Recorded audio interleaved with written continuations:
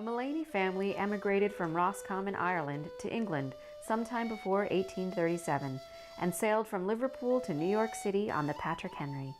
And the family came here in 1850 when she was about 5 years old to New York City, and then moved up to Troy about 3 years after that. After the death of her father, Kate sought work in the growing detachable collar and cuff industry in Troy. The detachable collar was invented in Troy in 1827 by Hannah Lord Montague. Kate Mullany was in the collar laundresses. She was in the collar laundries, and there were about at that time in 1864 there were about 14 of them.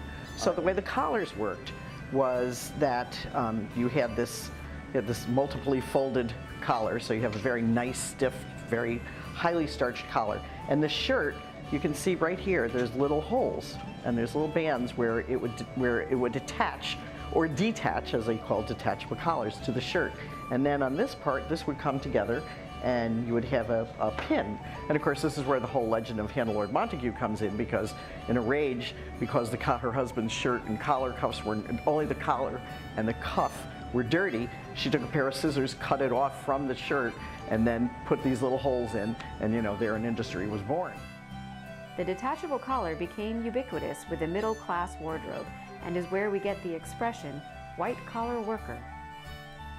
Troy was now manufacturing 90% of the country's collars and is known even today as the Collar City. As Troy's manufacturing business grew, so did the labor force, 85% of which was comprised of women. Work in the collar factories was long, hard, and dangerous.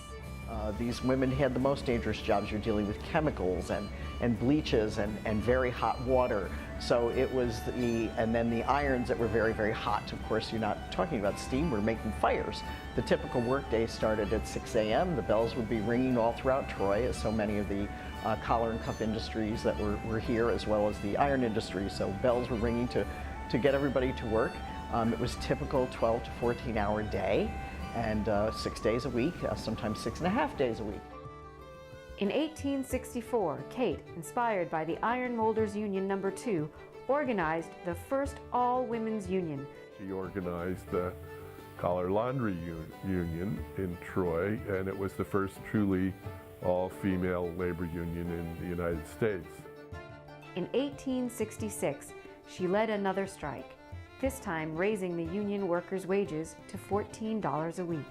It was spectacularly successful. In 5.5 days of striking, they got a 25% raise, which didn't quite match the runaway inflation of the greenbacks, but it was enough to keep them from starving to death. And she became a national figure. The end of the 1860s, getting more raises and having all the ironers and the starchers go on strike, etc. But then about 1869, it started to collapse. Her second tack after doing all that was to form a cooperatively owned, worker-owned laundry business in downtown Troy around 1869, 1870. It didn't last very long. Nobody would give them much work. Kate married and moved to Buffalo, where she opened the Troy Laundry. The business was successful until the Great Panic of 1893. Kate eventually returned to Troy and to her family home, where she died on August 17, 1906. Kate Mullany's family home was declared a National Historic Landmark on April 1, 1998. Where Kate Mullany comes in, as people suggested, you really need to have a physical presence to interpret the history of the American labor movement, and who better than a young, courageous 23, 24-year-old Irish immigrant who formed and led the first all-female union in the United States. In January 2001, Senator Hillary Rodham Clinton took up a bill previously introduced by Senator Daniel P. Moynihan to designate the house a National Historic Site.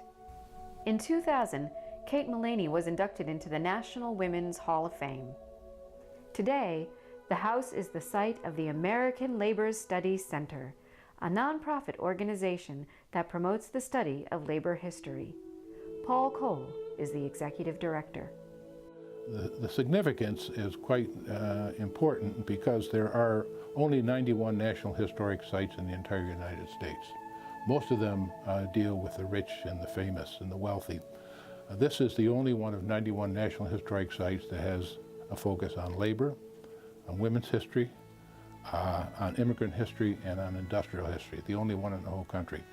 So that's why it's important. And when we're finally completed, this becomes a physical presence for us to begin to teach young people and other visitors about the importance of why people organize to bargain collectively and improve their lives and working conditions. The first floor is being turned into an exhibition site for labor studies, and the third floor is being restored to look as it did when the Mullanys lived there.